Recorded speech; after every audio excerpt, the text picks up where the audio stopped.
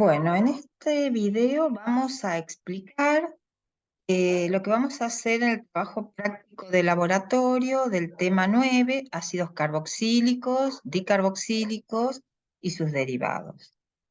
El grupo carboxilo que contienen los ácidos carboxílicos confiere a estas sustancias propiedades físicas características de las cuales la solubilidad es de importancia para su identificación y separación. Sus estructuras hacen suponer que los ácidos carboxílicos son moléculas polares y, al igual que los alcoholes, pueden formar puentes de hidrógeno entre sí y con otros tipos de moléculas. Por consiguiente, los ácidos carboxílicos se comportan de forma similar a los alcoholes en cuanto a sus solubilidades. Los primeros elementos son miscibles con agua, el ácido de 5 carbonos es parcialmente soluble y los ácidos de número mayor de átomos de carbono son virtualmente insolubles. No cabe duda de que la solubilidad en agua se debe a los puentes de hidrógeno entre el ácido carboxílico y el agua. El ácido aromático más simple, que es el ácido benzoico, contiene demasiados átomos de carbono como para tener una solubilidad apreciable en agua. Los ácidos carboxílicos son solubles en disolventes orgánicos menos polares como éter, alcohol, benceno, etc. Aunque los ácidos carboxílicos son mucho más débiles que los ácidos minerales fuertes, como el ácido sulfúrico, clorhídrico, nítrico, los ácidos carboxílicos son sustancialmente más ácidos que los ácidos orgánicos más débiles estudiados hasta el momento, como alcoholes, fenoles, acetileno. Además, son mucho más ácidos que el agua, por lo que los hidróxidos acuosos convierten a los ácidos carboxílicos en sus sales con facilidad y los ácidos minerales acuosos reconvierten las sales en los ácidos carboxílicos correspondientes. Al igual que todas las sales de los ácidos carboxílicos son sólidos cristalinos no volátiles constituidos por iones positivos y negativos, y sus propiedades corresponden a estas estructuras. Las sales de metales alcalinos de los ácidos carboxílicos, sales sódicas, potásicas, de amonio, son solubles en agua, pero son insolubles en disolventes no polares. La mayoría de las sales de metales pesados, sales de hierro, plata, cobre, son insolubles en agua. Podemos apreciar así que, salvo en el caso de ácidos de 4 carbonos o menos, que son solubles tanto en agua como en disolventes orgánicos, los ácidos carboxílicos y sus sales muestran un comportamiento de solubilidad exactamente opuesto. Debido a la fácil interconversión de ácido y sus sales, este comportamiento se puede utilizar de dos formas importantes: para la identificación y para la separación. Un compuesto orgánico insoluble en agua que se disuelve en hidróxido de sodio acuoso, diluido y frío, debe ser un ácido carboxílico o uno de los pocos otros tipos de compuestos orgánicos más ácidos que el agua. Que sea efectivamente un ácido carboxílico puede demostrarse de otras maneras. Vamos a ver en el laboratorio las propiedades del ácido benzoico y el benzoato de sodio. El ácido benzoico es un sólido incoloro con un ligero olor característico. En primer lugar, vamos a ensayar el efecto de la temperatura en la solubilidad en agua en ácido benzoico. El ácido benzoico es esencialmente insoluble en agua fría pero tiene buena solubilidad en agua caliente. Luego agregaremos a la mezcla gota a gota hidróxido de sodio al 10%, agitando el tubo hasta que se disuelvan los cristales de ácido benzoico. La ecuación correspondiente al efecto del hidróxido de sodio sobre el ácido benzoico es esta que se muestra.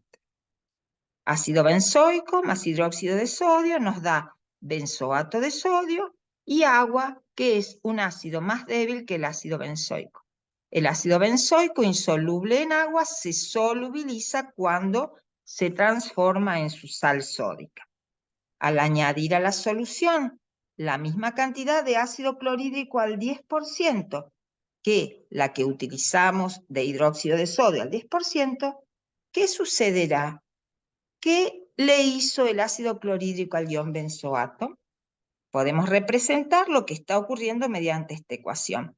El benzoato de sodio soluble en agua se torna insoluble en agua, dado que se transforma nuevamente en el ácido benzoico. Podemos representar este equilibrio ácido-base entre el ácido benzoico y el anión benzoato mediante esta ecuación iónica. Además de las propiedades físicas referidas a solubilidad del ácido benzoico y de su sal benzoato de sodio, vamos a ensayar propiedades químicas del ácido benzoico o de los ácidos carboxílicos. En primer lugar, vamos a obtener salicilato de metilo. En este experimento se demostrará cómo se puede formar un éster por interacción entre un ácido carboxílico y un alcohol en presencia de un catalizador ácido. Se usará ácido salicílico, que es el ácido ortohidroxibenzoico o ácido 2-hidroxibenzoico, el alcohol metílico y un catalizador que será el ácido sulfúrico concentrado. La ecuación que representa la esterificación del ácido salicílico es la que se muestra. El salicilato de metilo se utiliza en cremas ya que tiene un olor agradable y estimula el flujo sanguíneo de los capilares. Es muy común su uso en pomadas analgésicas y antiinflamatorias como Ratisalil, Salicrem o átomo desinflamante. Otra de las propiedades químicas que vamos a experimentar en el laboratorio es la obtención de aspirina. En esta práctica llevaremos a cabo un proceso sencillo de síntesis de un fármaco con propiedades analgésicas, antipiréticas y antiinflamatorias, que es el ácido salicílico comercializado por Bayer con el nombre de aspirina, llegando a ser uno de los medicamentos más consumidos en el mundo. Asimismo, su moderado efecto anticoagulante permite su utilización en la prevención del infarto de miocardio. El ácido acetilsalicílico, comúnmente llamado aspirina, es un éster del ácido acético y el ácido salicílico, que en este caso está actuando como alcohol. Aunque se pueden obtener ésteres de ácido por interacción directa del ácido acético con un alcohol o un fenol, los químicos suelen usar un sustituto del ácido acético, que es el anhidrido acético, como agente acetilante. Este permite producir ésteres de acetato con velocidad mucho mayor que por la acción directa del ácido acético. Por lo general, se usa el ácido sulfúrico como catalizador. La ecuación de obtención de la aspirina es la que se muestra. Luego vamos a triturar un comprimido de aspirina comercial en un mortero con muy poca agua.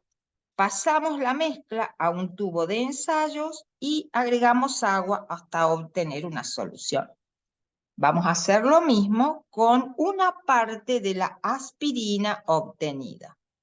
Hacemos reaccionar las dos aspirinas con solución de yodo.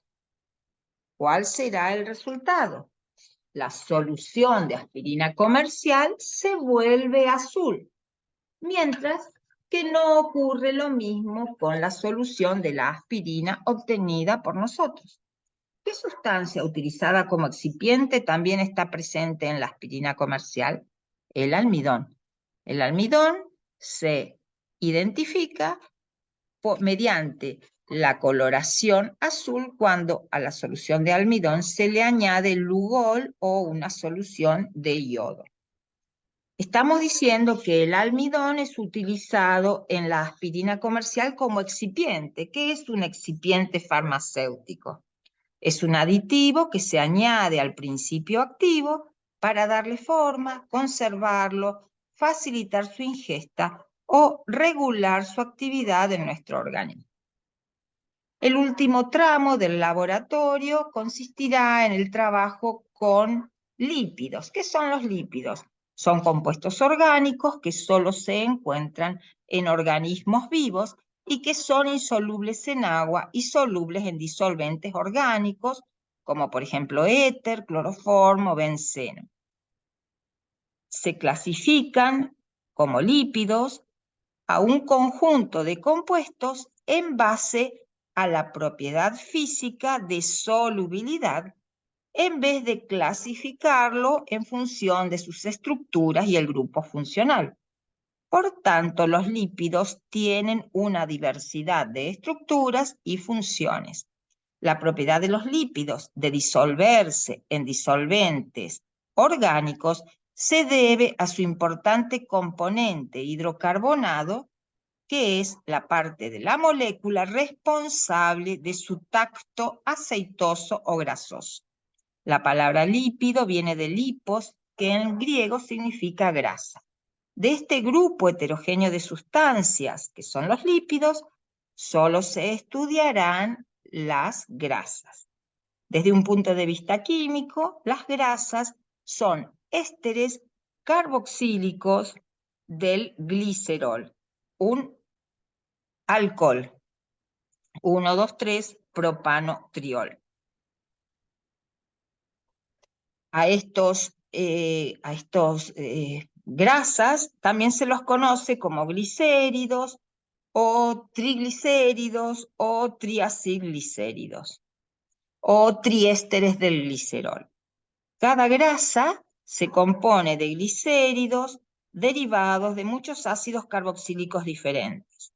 Las proporciones de los diversos ácidos varían de unas grasas a otras. Cada una de ellas tiene su composición característica. Los ácidos grasos son ácidos carboxílicos de largas cadenas.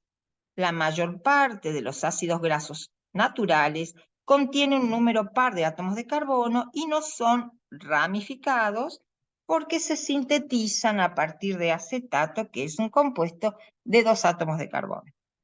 Aquí vemos, en primer lugar, en la ecuación superior, la hidrólisis genérica de una grasa o aceite por ebullición con un álcali. Los productos resultantes de esta reacción, de esta hidrólisis alcalina, son el glicerol y las sales alcalinas de los ácidos grasos. Esta mezcla de sales sódicas o potásicas de ácidos grasos recibe el nombre de jabones y la operación que conduce a ellos se denomina saponificación. Del latín, sapo significa jabón. En este ejemplo inferior se muestra la reacción de formación de un jabón a partir de la trilaurina o trilaurato de glicerilo. En el caso de la trilaurina, los 3 ácidos grasos unidos son moléculas de ácido láurico. El ácido láurico es un ácido graso saturado con 12 átomos de carbono cada uno. Por lo tanto, la trilaurina está formada por 3 moléculas de ácido láurico unidas al glicerol. La trilaurina como triglicérido es una forma de almacenamiento de energía en el cuerpo y se encuentra en pequeñas cantidades en la grasa corporal de los seres humanos y otros animales. ¿Qué ocurre con el jabón, que son estas sales sódicas o potásicas de ácidos grasos, en aguas duras? Recordemos que un agua dura es aquella que contiene grandes concentraciones de iones de calcio y de magnesio. Cuando un jabón está en presencia de altas concentraciones de iones calcio o de magnesio, se produce el intercambio de iones y se forman sales insolubles de calcio o de magnesio. Estas sales se precipitan y forman depósitos sólidos que se adhieren a superficies como platos, ropa, tuberías, reduciendo la eficacia de la acción de limpieza de los jabones y además conduciendo a una menor formación de espuma.